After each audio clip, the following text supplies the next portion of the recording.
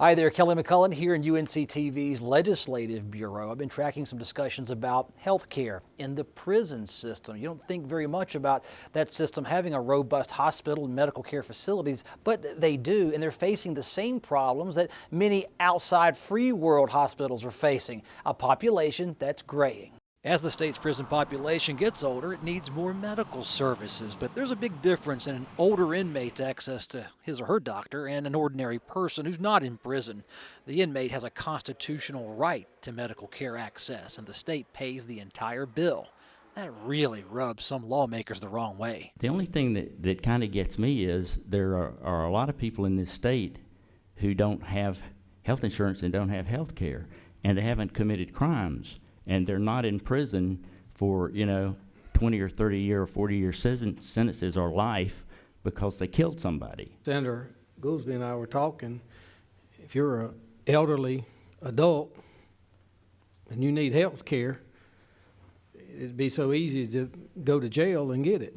A joint legislative oversight committee on justice and public safety is discussing this balance of constitutional inmate health care rights against the state's role in covering the entire cost of their health care. Some conservatives are pondering, should inmates be covered by their existing health insurance plans they might have held prior to their entering prison?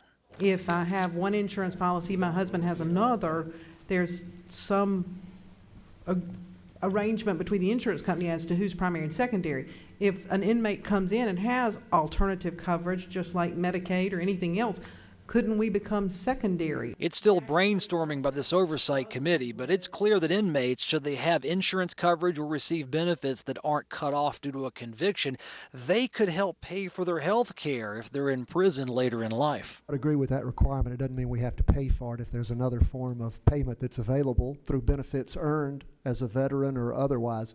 So I would like to direct the staff to go ahead and research that, and let's prepare appropriate legislation if that is the case, and see what we can do about making that happen.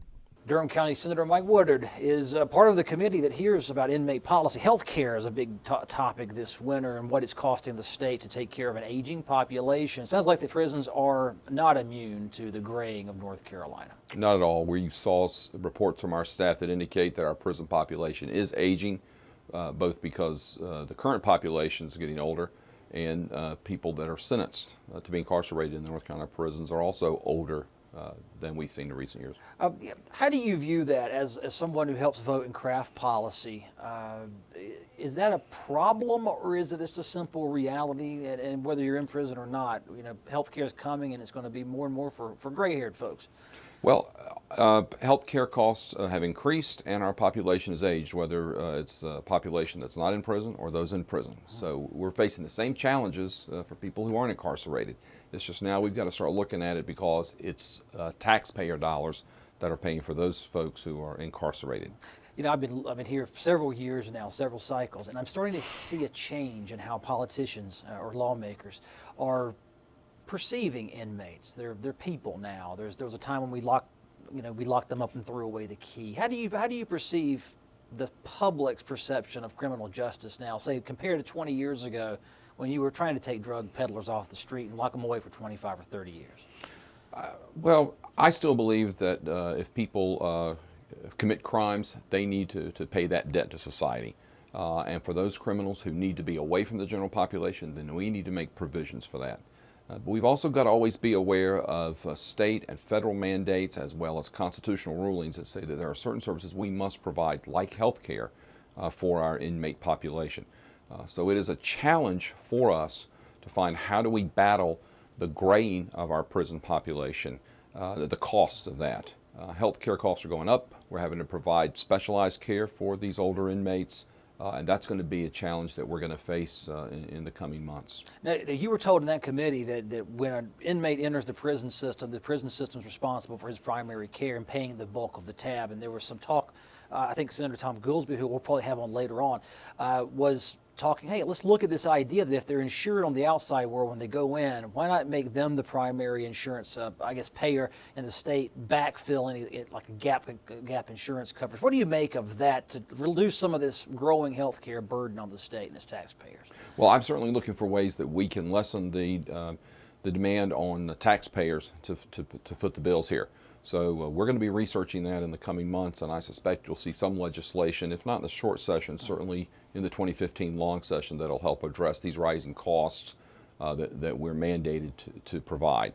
You know, we run into issues with veterans, for instance, and we learned in our committee meeting that it is a federal policy that if a veteran is incarcerated, that he or she loses those veterans' benefits, veterans' health care benefits. So we're going to have to address this, and it's interesting that we sort of hit the iceberg on this, just looking at the aging of our population and the costs. But it's a broader issue, and we've got to take a look at it very carefully. Now, I know you're an expert in the field of prison and inmate populations, but do you see this as a baby boom bubble, where we'll have a period in North Carolina where the prisons will be extremely gray, and then of course time takes care of that and you end up going back down again? Do you see that happening, or do you think there'll be a permanent graying of our prison system going forward 30, 40 years? You know, I don't know. That's a good question that I hope I'll spend some time on, and others on our committee will spend some time looking at, is what's the impact of that all across our criminal justice system as the baby boomers, people my age and older, since I was at the tail end of the baby boom, you know, how are we going to deal with all the issues that are related to that?